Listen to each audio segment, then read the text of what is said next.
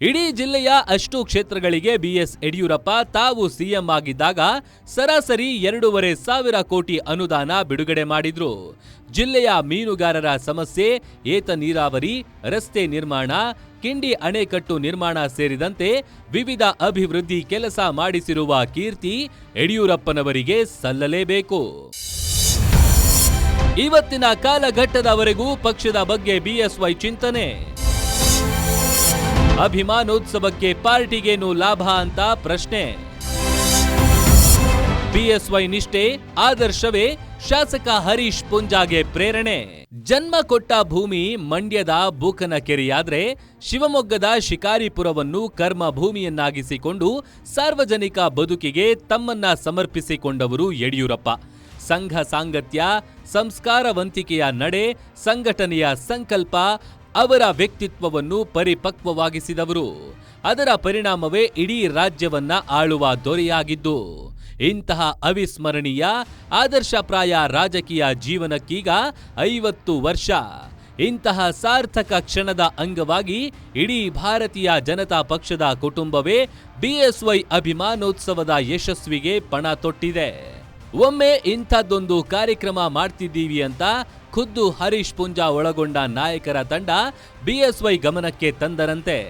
ಆಗ ಬಿಎಸ್ ಯಡಿಯೂರಪ್ಪ ಕೇಳಿದ್ದು ಒಂದೇ ಮಾತು: ಅಭಿಮಾನೋತ್ಸವ ಮಾಡೋದ್ರಿಂದ ಪಾರ್ಟಿಗೆ ಏನ್ ಲಾಭ ಅಂತ. ಹೀಗೆ ಇವತ್ತಿನ ಕಾಲಘಟ್ಟದವರೆಗೂ ಬಿಎಸ್ ಯಡಿಯೂರಪ್ಪನವರು ಪಕ್ಷದ ಬಗ್ಗೆ ಚಿಂತನೆ ಮಾಡೋದು ನಿಜಕ್ಕೂ ಪ್ರಶಂಸನೀಯ. ಸನ್ಮಾನ್ಯ ಯಡಿಯೂರಪ್ಪನವರ ಸಾರ್ಥಕ ರಾಜಕೀಯ ಬದುಕಿಗೆ 50 ವರ್ಷ ಆಗಿರ್ತಕ್ಕಂಥ ಒಂದು ಸಂದರ್ಭ. ಪ್ರಾಯಶಃ ಈ ಒಂದು ಸಂದರ್ಭದಲ್ಲಿ ಈ ರಾಜ್ಯದ ಜನ, ಅದರಲ್ಲೂ ಪ್ರಮುಖವ ನಮ್ಮ ಭಾರತೀಯ ಜನತಾ ಪಾರ್ಟಿಯ ನೇತೃತ್ವದ ನಾಯಕರುಗಳು ನಮ್ಮ ಯಡಿಯೂರಪ್ಪನವರಿಗೆ 50 ವರ್ಷಗಳ ಕಾಲ ನಿರಂತರವಾಗಿ ಜನಸಂಘದಿಂದ ಭಾರತೀಯ ಜನತಾ ಪಾರ್ಟಿಯಲ್ಲಿ ಈ ಪಾರ್ಟಿಯನ್ನು ಕಟ್ಟಿ ಬೆಳೆಸ್ತಕ್ಕಂಥ ಕೆಲಸ ಕಾರ್ಯಗಳನ್ನು ಮಾಡಿದ್ದಾರೆ. ಅವರಿಗೊಂದು ಅಭಿನಂದನೋತ್ಸವವನ್ನು ಮಾಡಬೇಕು, ಅಭಿಮಾನೋತ್ಸವವನ್ನು ಮಾಡಬೇಕೆನ್ನುವಂಥ ಯೋಚನೆಯನ್ನು ಮಾಡಿ ಹಿರಿಯರೆಲ್ಲ ಒಟ್ಟು ಸೇರಿ ಅವರನ್ನು ರಿಕ್ವೆಸ್ಟ್ ಮಾಡಿದಾಗ ಗೋವಿಂದ ಕಾರಜೋಳರವ್ರು ಇರ್ಬೋದು, ಶ್ರೀರಾಮುಲು ಅವರು ಇರ್ಬೋದು, ಸಿ ಪಟೇಲ್ರವ್ರು ಇನ್ನೀಗ ಅನೇಕ ಪ್ರಮುಖರು ನಾವು ಹೋಗಿ ಅವರನ್ನು ಭೇಟಿ ಮಾಡಿದಾಗ ಅವರು ಒಂದು ಮಾತು ಹೇಳಿದರು: ನಾವು ಈ ಥರ ನಿಮಗೆ ಅಭಿಮಾನೋತ್ಸವ ಒಂದು ಕಾರ್ಯಕ್ರಮ ಮಾಡಬೇಕು ಅಂತಿದ್ದೀವಿ, ಏನು ನಿಮ್ಮ ಅಭಿಪ್ರಾಯ ಏನು ಅಂತ ಕೇಳಿದಾಗ ಯಡಿಯೂರಪ್ಪ ಸಾಹೇಬರು ಹೇಳಿರೋದು ಒಂದೇ ಮಾತು: ನನಗೆ ಮಾಡುವಂಥ ಈ ಒಂದು ಅಭಿನಂದನಾ ಕಾರ್ಯಕ್ರಮದಿಂದಾಗಿ ಪಾರ್ಟಿಗೆ ಏನು ಇದರಲ್ಲಿ ಲಾಭ ಅಂತ ಕೇಳಿದರು. ಪ್ರಾಯಶಃ ಇವತ್ತಿನ ಕಾಲಘಟ್ಟದವರೆಗೂ ಯಡಿಯೂರಪ್ಪನವರು ಪಾರ್ಟಿಯ ಬಗ್ಗೆ ಚಿಂತನೆ ಮಾಡ್ತಕ್ಕಂಥ ಒಂದು ನಾಯಕತ್ವ. ತಂದೆಯ ಗುಣಗಳೇ ಮಕ್ಕಳಿಗೆ, ನಾಯಕತ್ವದಲ್ಲೂ ಅದೇ ಮಾದರಿ. ಪಕ್ಷಕ್ಕೆ ಅವರೇ ಶಕ್ತಿ. 2028ಕ್ಕೆ ವಿಜಯೇಂದ್ರ ಯತ್ತಿ, ಬಿಜೆಪಿಗೆ ಕಿರೀಟ.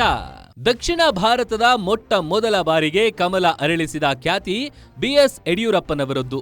ಅದಕ್ಕೆ ಬಿಎಸ್ವೈ ಹೋರಾಟ, ಸಂಘಟನಾ ಶಕ್ತಿನೇ ಕಾರಣ. ಕರ್ನಾಟಕ ವಿಧಾನಸಭೆಯಲ್ಲಿ ಕೇವಲ 2 ಸದಸ್ಯರ ಖಾತೆ ತೆರೆದ ಪಕ್ಷವೊಂದು ಶರವೇಗದಲ್ಲಿ ಬೆಳೆಯಿತು. ಇಂತಹ ನಾಯಕತ್ವದ ಗರಡಿಯಲ್ಲಿ ಪಳಗೋದು ಅಂದ್ರೆ ಸೌಭಾಗ್ಯವೇ ಸರಿ. ಅಂತಹ ಸೌಭಾಗ್ಯ ಶಾಸಕ ಹರೀಶ್ ಪೂಂಜಾ ಅವರಿಗೆ ಸಿಕ್ಕಿರೋದು ಹೆಮ್ಮೆಯ ಸಂಗತಿ. ಕಾರ್ಯಕರ್ತರನ್ನು ಸಜ್ಜುಗೊಳಿಸಿದ ಪರಿ, ಜನರ ಭಾವನೆಗಳನ್ನು ಸ್ಪರ್ಶಿಸಿದ ಮಾಂತ್ರಿಕ ಶಕ್ತಿಯನ್ನ ಯಡಿಯೂರಪ್ಪನವರಿಂದ ಕಲಿತಿದ್ದು ಹರೀಶ್ ಪೂಂಜಾರಿಗೆ ಖುಷಿ ಕೊಟ್ಟಿದೆ.